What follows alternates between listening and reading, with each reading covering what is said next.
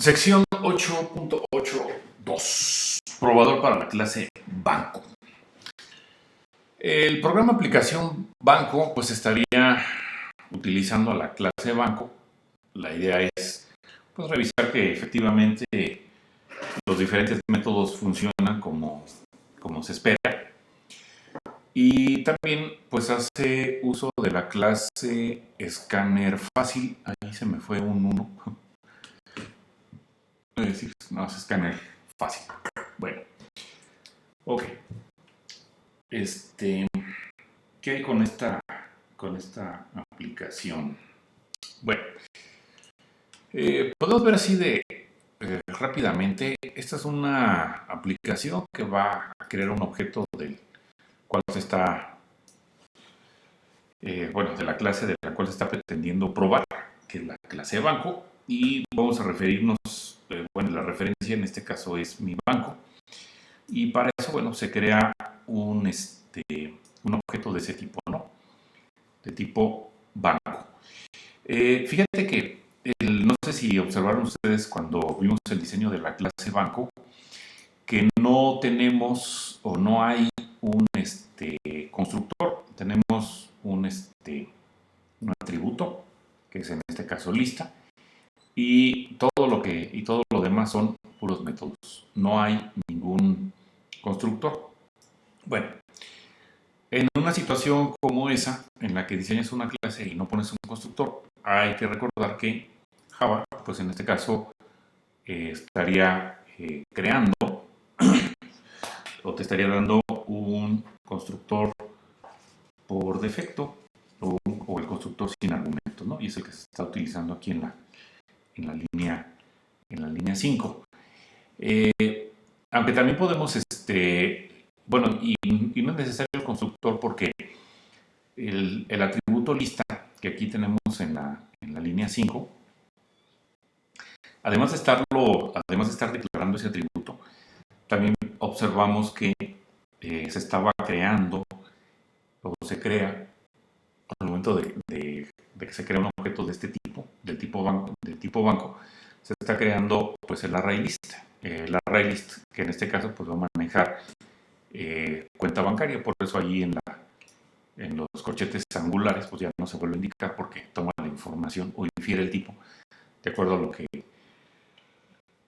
a la declaración que se está haciendo del atributo, ¿no? Entonces ahí se utiliza este constructor por defecto, el que te regala el compilador, y ya enseguida, tenemos lo que es el menú. Entonces, hay un ciclo do while, aquí lo podemos observar, y dentro del ciclo do while, pues entre las líneas 9 y 17 se muestra lo que es el menú, con 6 opciones. Una de ellas es para salir, la última, salir, y las otras, te permitirían, pues en un momento dado, trabajar con los métodos que están, que están disponibles para la clase banco. En el diseño de esta clase banco, podemos recordar nuevamente su diagrama. Entonces, ¿qué era lo que teníamos? Esto por acá, ¿no? Entonces tenemos, hay 6 métodos. Allá teníamos creo que 5 opciones. La idea es que si vas a probar los diferentes métodos, pues al menos puedas, ya sea con alguna de las opciones del menú, puedes utilizar al menos uno o más de un elemento o más de algún método de la clase banco, ¿no? Entonces voy a continuar con el código que estaba por acá del probador para la clase banco. Entonces, ahí vemos entonces que tenemos, 6 opciones y ya posteriormente, se utiliza, como decía ahí al inicio, en la línea 20, se está utilizando de la clase escáner fácil, el método nextChat, para obtener un carácter de acuerdo a lo que, como entrada del usuario, para saber cuál es la opción, perdón.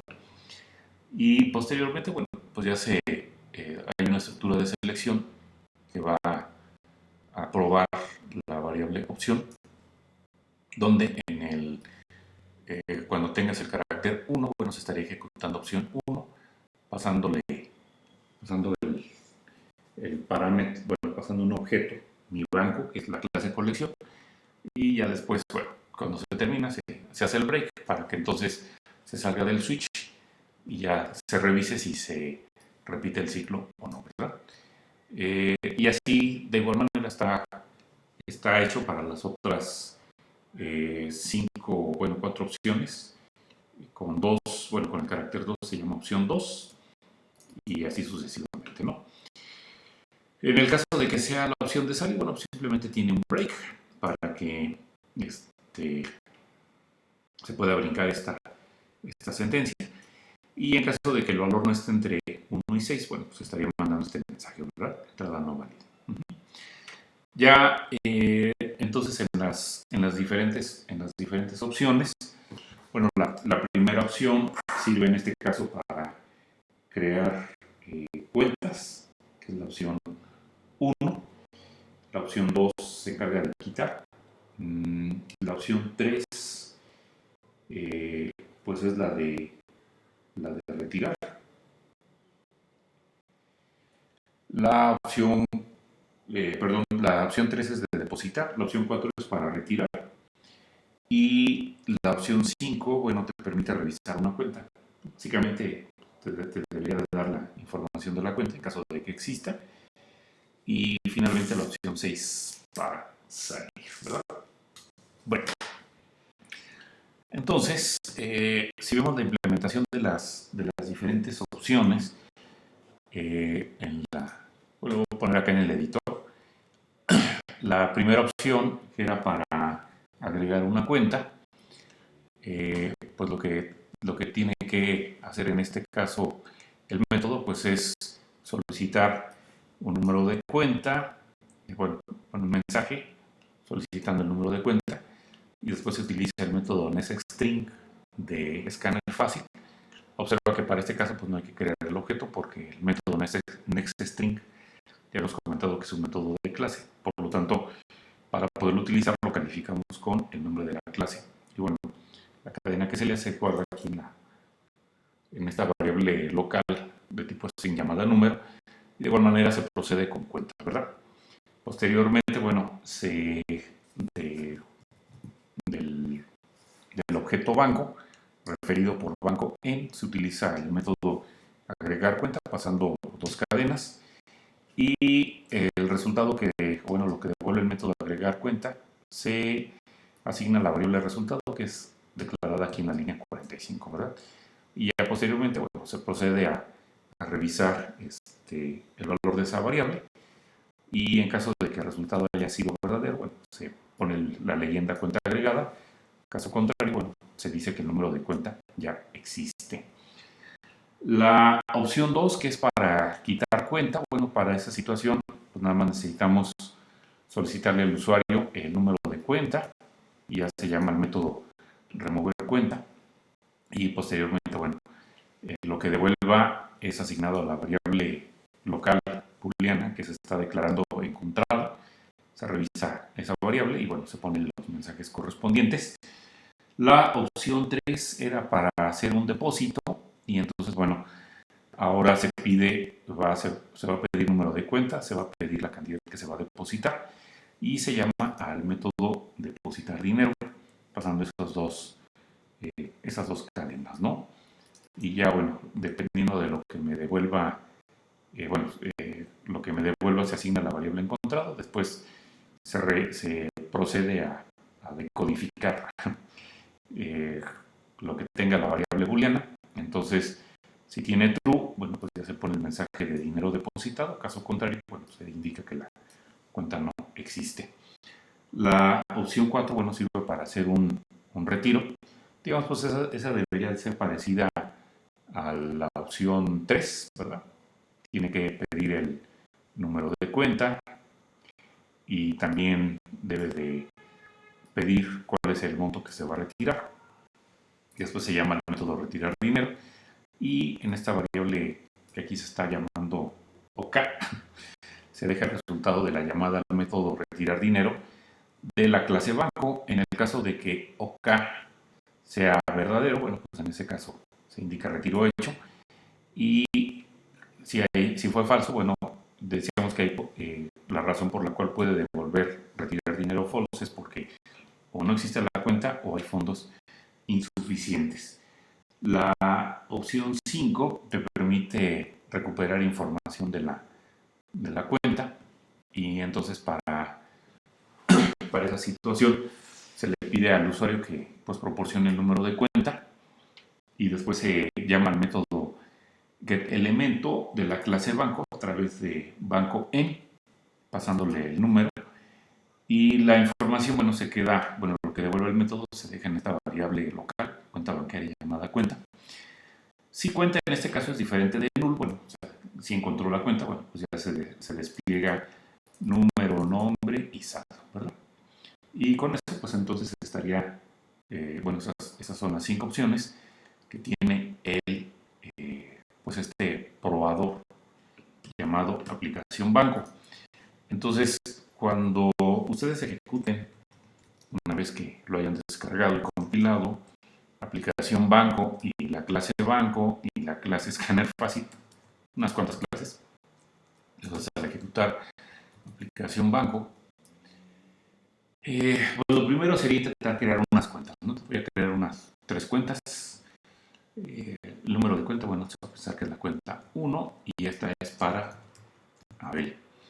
Luego vamos a crear otra cuenta más, sería la cuenta 2, y esta sería para B. Y luego tendríamos la cuenta, vamos a crear otra cuenta, y sería la cuenta 3, y esta sería para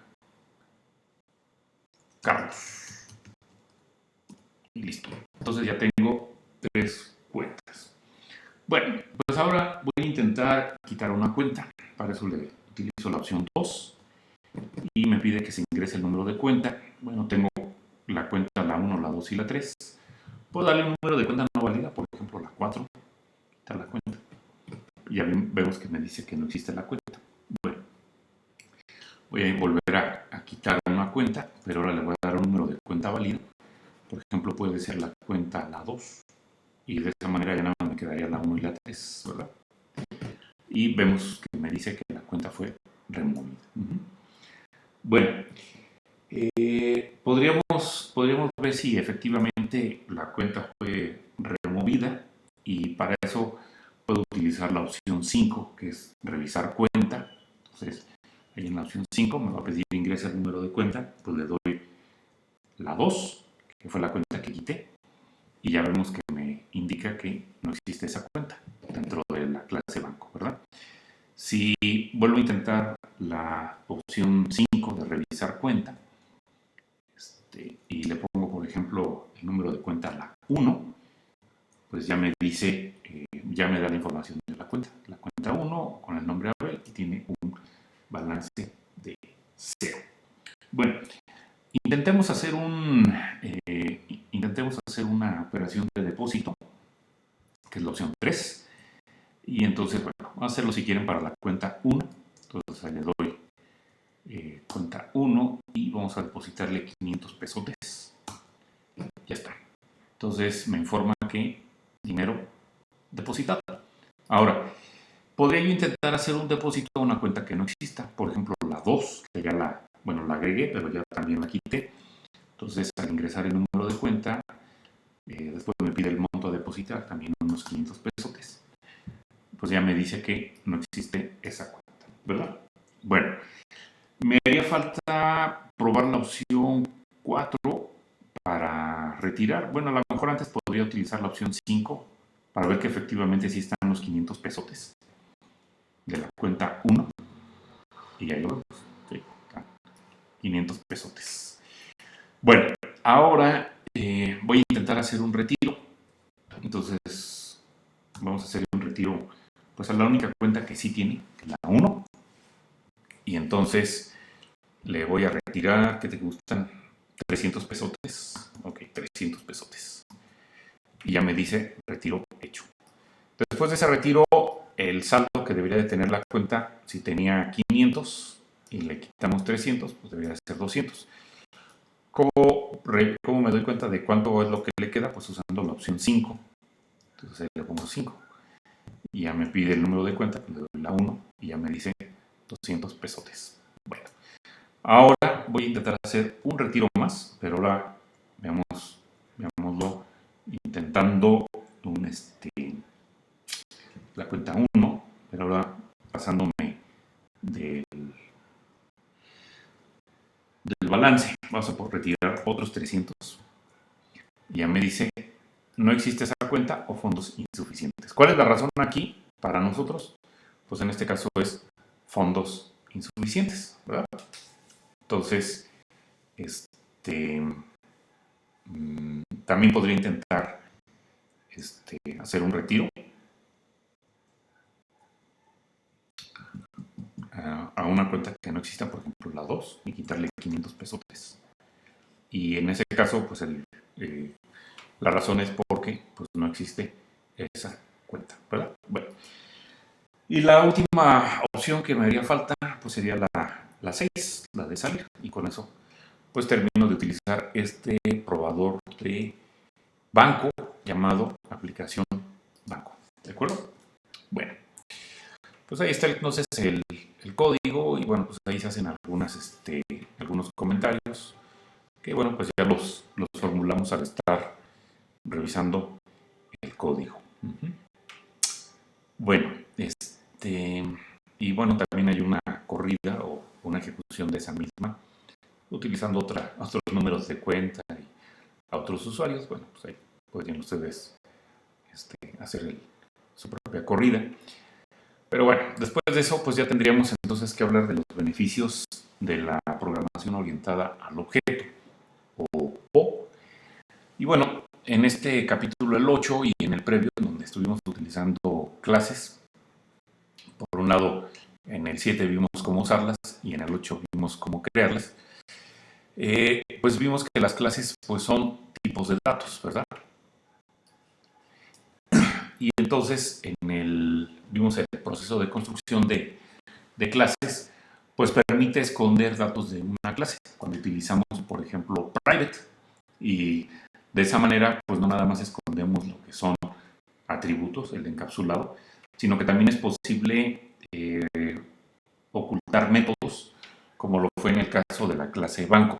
Bueno, los lenguajes de programación basados en clases y objetos, o también denominados más comúnmente como lenguajes orientados al objeto, han traído varios beneficios en la parte de la programación, y que ahora pues en los lenguajes actuales pues son comunes. Esto quiere decir que probablemente algún nuevo lenguaje que pueda surgir pues va a tener algo de programación orientada al objeto, o a lo mejor hasta todo, ¿no? Bueno, ¿qué beneficios tiene la programación orientada al objeto? Bueno, tiene esta habilidad para encapsular datos dentro de una clase, y de esa manera se construyen sistemas más seguros, porque al momento de que ustedes bloquean el acceso directo a los atributos y solamente lo permiten a través de métodos, entonces ustedes pueden decidir si pones un método para que, por ejemplo, se pueda leer un atributo o para que se pueda modificar. Y en el caso de que se vaya a modificar, podrías poner también código para que en un momento dado decidas si, por ejemplo, permites o no que se modifique ese atributo con el valor que se le está pasando.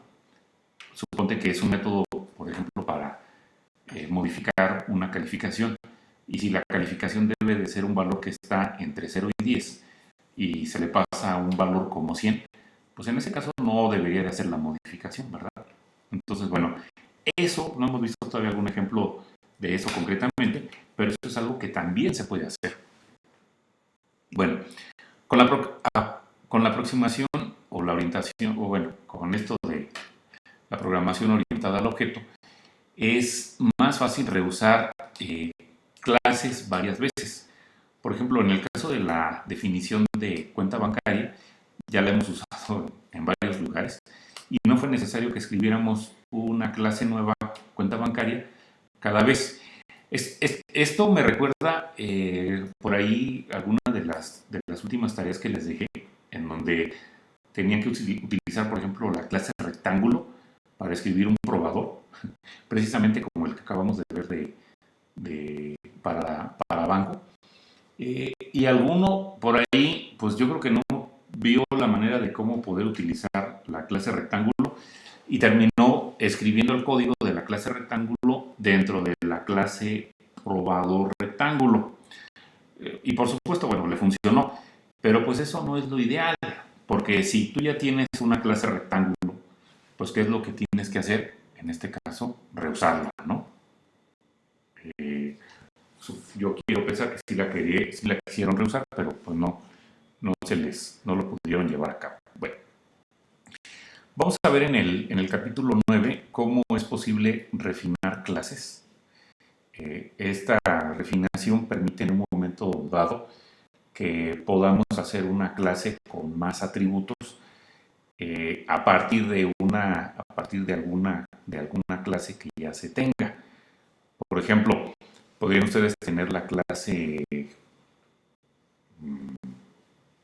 ¿qué podría ser? Pues la clase documento, y a partir de esa clase documento, por ejemplo, derivar una clase que se llame revista, o una clase que se llame libro, o una clase que se llame tesis, etcétera, ¿no? Y ya cada una de estas clases que se deriven o subclases, pues van a tener atributos muy propios para lo que es ese tipo de clase, ¿no? Bueno, de eso vamos a comentar más adelante. Y eso se hace mediante una técnica denominada o conocida como herencia. Entonces, si los sistemas pueden ser ensamblados de objetos reusables, pues esto incrementa la productividad y también la seguridad al momento de hacer la implementación. En esta aproximación orientada al objeto, es posible que ustedes definan y usen clases que no estén completas todavía. Estas pueden entonces ser extendidas sin actualizar la operación de otras clases. Esto va a mejorar pues, los procesos de prueba, ya que se pueden construir prototipos sin tener que construir un sistema completo antes de probarlo, permitiendo verlos al usuario. En la aproximación orientada al objeto hace más fácil hacer cambios a sistemas una vez que han sido completados. Clases completas pueden ser reemplazadas o clases nuevas pueden ser agregadas fácilmente. Con la forma orientada al objeto de hacer las cosas, es una aproximación más natural con lo que a uno le toca vivir o conocer. Los programas pues están basados en objetos que existen en el mundo real, como estudiantes, cuentas bancarias, clientes, etc. La naturaleza modular de programación orientada al objeto mejora el proceso de desarrollo completo. La aproximación modular significa que las viejas metodologías mediante las cuales los sistemas se analizan primero, luego se diseñan, enseguida se implementan y se prueban, pudieron dar paso a nuevos métodos mediante los cuales estos procesos estaban mucho más integrados y los sistemas se desarrollaban, por lo tanto, mucho más rápidos. Es decir, con la programación orientada al objeto, prácticamente al momento de que tú escribes una clase, pues estás haciendo todo esto que aquí se comenta. Va implícito el diseño, la implementación, por supuesto, y la parte de la prueba, ¿no? Entonces, si en un momento dado, en vez de tenerlo que hacer así en diferentes etapas o en una secuencia donde hasta que la parte de la implementación la llevas a cabo, hasta que tienes el diseño completo, en la programación orientada al objeto, pues prácticamente podemos para algunas clases que no son tan complejas, podemos en un momento dado hacer estas tres cosas de manera simultánea, ¿no? Diseño, implementación y prueba. Y con eso, pues un sistema se puede desarrollar mucho más rápido. Bueno, pues con eso entonces estaría terminando lo que es este capítulo 8.